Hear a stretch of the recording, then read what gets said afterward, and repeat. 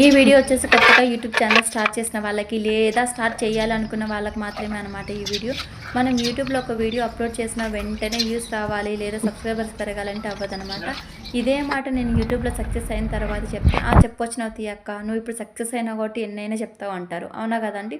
అందుకే నేను కూడా సక్సెస్ అవ్వకముందు ఈ మాట అయితే చెప్తాను అనమాట. వీడియో అప్లోడ్ చేసిన వెంటనే మిలియన్స్లో వ్యూస్ రావాలంటే ఎలా వస్తాయండి? మరి అదేంటక్క పక్కన వాళ్ళకి వస్తున్నాయి అంటారా? పక్కన వాళ్ళకి వస్తున్నాయండి. వాళ్ళు ఎన్ని ఇయర్స్ కష్టపడింటే వస్తాయండి. వాళ్ళకి ఎంతమంది సబ్స్క్రైబర్స్ పెరిగింటే ఇప్పుడు ఇది వస్తుంది చెప్పండి.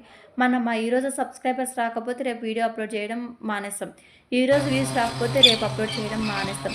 అలా కాదండి, వ్యూస్ వచ్చినా రాకపోయినా సబ్స్క్రైబర్స్ పెరిగినా పెరగకపోయినా డైలీ వీడియోస్ అయితే పెడతా ఉండండి.